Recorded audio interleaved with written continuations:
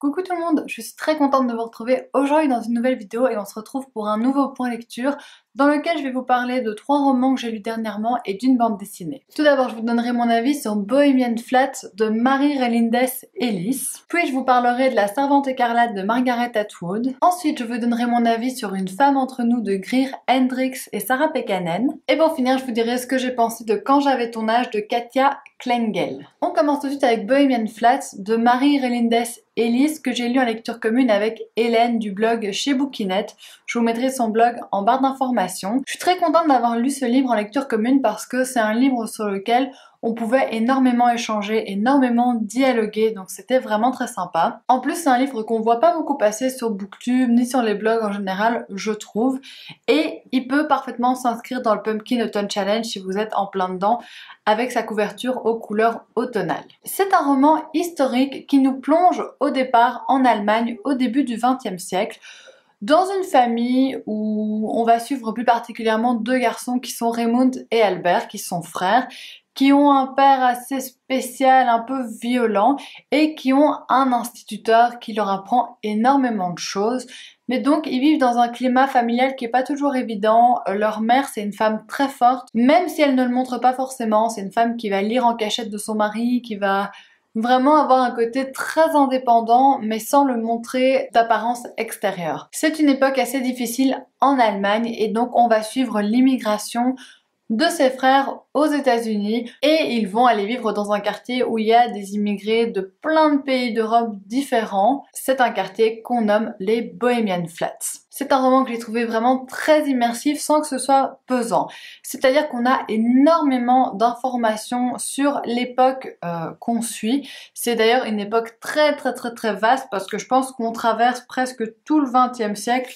Oui, l'épilogue c'est vraiment à la fin du XXe siècle, donc on couvre une période extrêmement vaste. Comme vous vous en doutez, bien sûr, les guerres vont venir perturber notre histoire et vont venir perturber la vie des protagonistes. Moi, par moments, j'ai un peu ressenti des longueurs parce que je me disais, allez, on peut un petit peu avancer maintenant dans le récit. Mais j'ai trouvé ça hyper intéressant, le fait que ce soit si fouillé, si détaillé, parce que ça permet vraiment de s'y croire. Deuxièmement, ce que j'ai beaucoup aimé, ce sont les personnages féminins traités par l'auteur, parce que ce sont des femmes très forte. Je vous ai parlé de la mère de ces 2 garçons qui est très forte, et il y a également la femme qu'un des 2 va épouser qui, elle, possède comme un don de voyance sans que ce soit jamais vraiment dit, sans que ce soit jamais vraiment prouvé, mais en tout cas elle a une sorte de 6e sens. Au début c'est un genre de sujet qui m'a fait un peu peur, mais je vous assure que c'est vraiment pas trop présent, c'est pas trop marqué et c'est jamais, on part jamais dans du fantastique en fait. C'est un roman qui est assez fort, assez émouvant. On s'attache très fort aux personnages parce qu'on a vraiment beaucoup d'empathie pour ce qu'ils vivent. Ils vivent dans des conditions qui sont vraiment pas évidentes, qui sont vraiment pas simples. Ils vivent des choses compliquées. Il y a des épisodes en particulier qui sont assez durs. Mais ce sont des personnages qui sont forts, qui s'aiment, qui sont soudés. Donc il y a vraiment des grandes forces à ce roman. C'est selon moi ce côté extrêmement bien fouillé, extrêmement immersif. La place des femmes qui est très forte et également le fait qu'on s'attache absolument aux personnages. Ce livre pour moi c'est vraiment une très bonne lecture, je trouve qu'on n'en entend pas assez parler mais vraiment moi je vous le conseille. Ensuite j'ai lu La Servante écarlate de Margaret Atwood, toujours en lecture commune, cette fois-ci avec Sabrina de la chaîne Call Me Sab, je vous mettrai également sa chaîne en barre d'informations.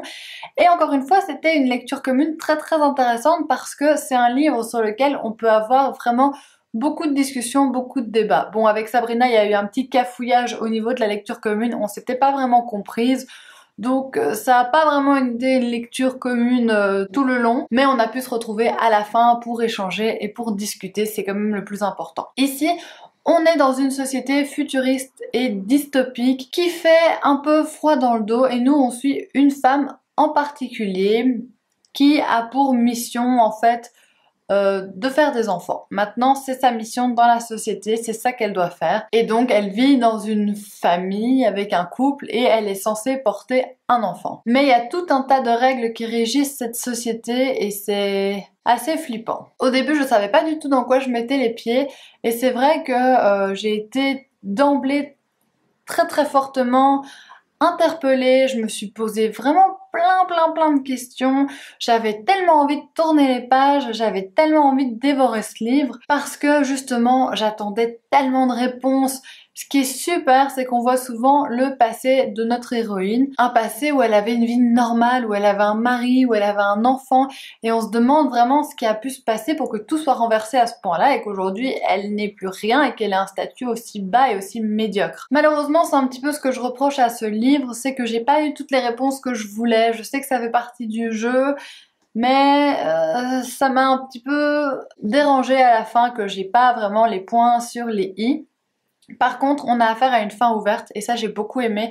J'ai trouvé que c'était très intelligent de la part de l'auteur de faire une fin pareille et que du coup, chaque lecteur pouvait un petit peu imaginer sa propre fin. C'est un récit dans lequel il y a beaucoup de rythme, c'est pas tout récent, ça a pas été écrit tout récemment, hein. Et pourtant, on dirait que c'est très moderne et en plus, les réflexions de Margaret Atwood sont tout le temps très justes, très intelligentes. Malheureusement, on reconnaît un peu trop souvent notre société actuelle. Donc je pense que c'est vraiment un livre à lire, en plus ça se lit très bien, ça nous fait ouvrir les yeux sur plein de choses qui sont présentes dans notre société, c'est bien écrit, c'est bien amené et franchement ça titille la curiosité. Donc c'est un livre pour moi que je vous recommande vraiment très chaudement. Puis j'ai lu un petit thriller, c'est Une femme entre nous de Greer Hendricks et Sarah Pekkanen que j'ai reçu de la part des éditions Sonatine. Et ça a vraiment été une très bonne surprise. Dans cette histoire, j'ai plongé sans rien savoir parce que je vais vous lire la 4e de couverture. Vous allez voir, à mon avis, vous aurez aussi envie de le lire. En ouvrant ce livre, vous allez imaginer beaucoup de choses. Vous allez penser que c'est l'histoire d'une femme délaissée par son mari. Vous allez croire qu'elle est obsédée par la maîtresse de celui-ci, une femme plus jeune qu'elle. Enfin, vous vous attendrez à une histoire classique de triangle amoureux. Un conseil, oubliez tout ça. Moi, quand on me vend un résumé pareil, j'ai envie de foncer sur le bouquin. Et j'ai très bien fait parce que c'est du bon thriller psychologique. J'ai vraiment été à fond dedans et ça a vraiment été le genre de livre auquel je pense quand je ne suis pas en train de lire, donc j'étais très contente. J'ai particulièrement aimé la première partie du livre qui est un page-turner qui se termine en twist. Le premier tiers, c'est waouh, qu'est-ce qui se passe, retournement de situation, comme nous le promet le résumé. Et les 2 tiers qui restent sont peut-être un petit peu plus lents, il y a peut-être un petit peu moins de rythme, mais moi j'ai toujours eu envie de connaître la conclusion de cette histoire et de savoir vraiment ce qui allait se passer. Je trouve que l'histoire elle est intéressante, elle est bien menée. À nouveau, les portraits de femmes sont assez forts et assez justes. On se reconnaît en fait pas mal dans les situations parce qu'on se dit « et si ça m'était arrivé à moi ?» Qu'est-ce que j'aurais fait? Et moi j'adore ce genre de livre où je me demande mais et moi comment j'aurais réagi? Mais je me rends compte que c'est un peu le point commun entre toutes les lectures que je vous présente aujourd'hui, c'est vraiment la place de la femme qui est importante et ce sont à chaque fois des femmes fortes. Moi je peux que dire que j'ai été conquise. Bien sûr j'aurais aimé que tout le roman ait le même rythme que la première partie qui était juste hyper haletante pour moi. Mais comme je vous dis, même dans la deuxième partie, eh ben j'avais toujours envie de continuer, j'avais toujours envie de savoir, j'avais toujours envie d'avoir mes réponses.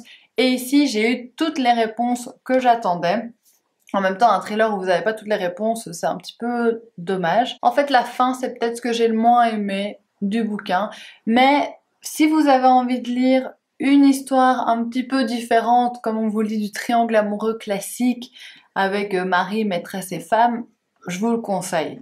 Franchement, je vous conseille ce bouquin qui est bien ficelé, qui est bien fichu. Et c'est écrit à 4 mains. Pour la première partie, je comprends comment ça a été réalisé, mais pour les autres parties, je me demande vraiment comment ça a pu le faire. Mais en tout cas, ça l'a fait et moi, j'ai vraiment bien aimé. Et le dernier livre que je vous présente, c'est Quand j'avais ton âge de Katia Klengel que j'ai reçu des éditions Casterman. C'est une petite bande dessinée en format carré comme ça. Moi, je trouve ça sympa, ça change un petit peu. Je trouve la couverture assez jolie et les dessins à l'intérieur, vous voyez, c'est toujours en noir et blanc. Je suis pas forcément hyper fan du trait de dessin, hein. J'aurais peut-être voulu un peu de couleur en fait, ça m'a un peu manqué.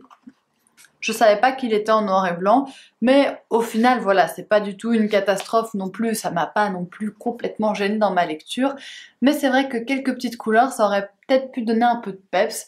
En tout cas, pour ce qui est de l'histoire, on suit le personnage de Lily, donc qui est cette jeune femme, qui est chanteuse dans un groupe de rock. Elle sort avec un garçon, ils vivent ensemble. Ça se passe pas toujours super bien et en parallèle on a sa grand-mère Rosalie qui elle a perdu son mari et qui a vraiment du mal à faire son deuil, qui a toujours l'impression que si elle fait des choses amusantes son mari va lui en vouloir et leurs vies vont un peu s'entrecroiser. Elles s'étaient éloignées ces dernières années mais là elles vont renouer les liens et elles vont voir qu'au final elles ont peut-être plus de points communs que ce qu'elles pensaient. C'est une petite BD vraiment bien faite qui permet de nouveau de poser des questions sur la condition de la femme au sein de son couple, comment est-ce qu'on sait si on est heureuse, malheureuse, comment savoir après combien de temps on peut passer à autre chose quand notre compagnon est décédé. C'est plein de questions quand même de fond, des questions quand même profondes, malgré le fait qu'on soit dans une bande dessinée, parce que moi j'ai toujours encore cette idée un peu préconçue qu'en bande dessinée, on aborde les choses pas aussi profondément qu'en roman. Mais ici, je trouvais que c'était quand même profond pour une BD. Parfois, j'ai eu un peu de mal avec le personnage de Lily, que j'ai trouvé un peu naïve. Mais c'est vraiment une petite histoire toute mignonnette et toute touchante. Moi, je vous la conseille très vivement. Et c'est tout pour cette vidéo. J'espère qu'elle vous aura plu. N'hésitez pas à me dire dans les commentaires ce que vous lisez en ce moment, si vous avez lu un des livres que je vous ai présenté aujourd'hui. Et je vous retrouve la semaine prochaine dans une nouvelle vidéo. Gros bisous!